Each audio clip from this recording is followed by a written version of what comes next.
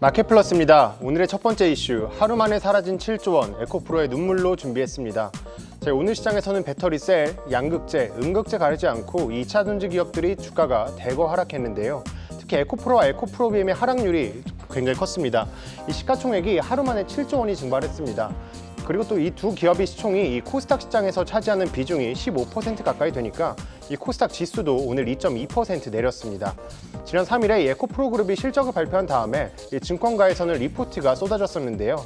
이 에코프로비엠에 대한 10개 증권사의 평균 목표 주가 이 38만 9,600원이 나왔습니다. 최저가는 20만 원, 최고가는 47만 원이었는데요. 오늘 종가 기준으로 보면 아직 상승 여력이 남았다 이렇게 볼 수도 있겠습니다. 그리고 또한 이 에코프로에 대해서는 매도 리포트가 나왔습니다.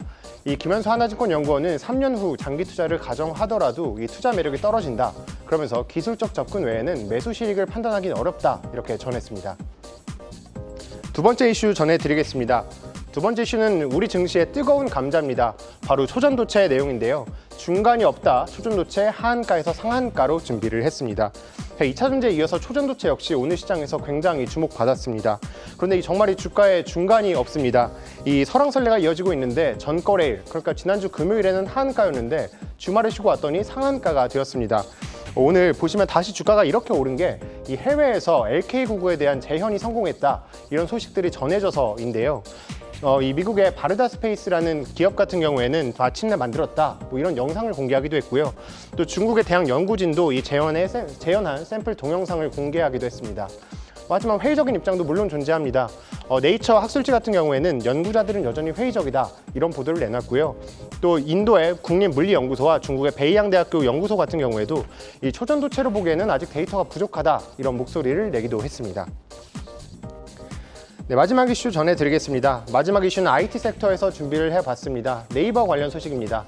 AI부터 로봇까지 네이버는 웃고 있다로 준비를 했습니다. 최근에 핫한 키워드는 다 붙으면서 이 네이버의 주가 간만에 오름세를 타고 있습니다. 먼저 AI부터 살펴보겠습니다. 네이버는 오는 24일 대규모 언어 모델인 하이퍼클로바를 공개할 계획이라고 밝혔습니다. 하이퍼클로바는 검색, 쇼핑, 클라우드 전부 다 네이버에서 제공하는 서비스들인데 여기에 모두 접목될 예정이고요.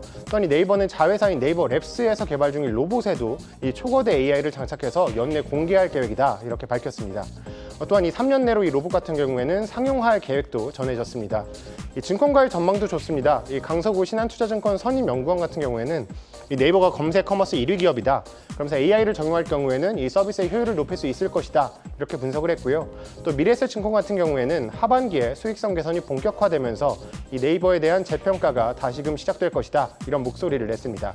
지금까지 마켓플러스 전해드렸습니다.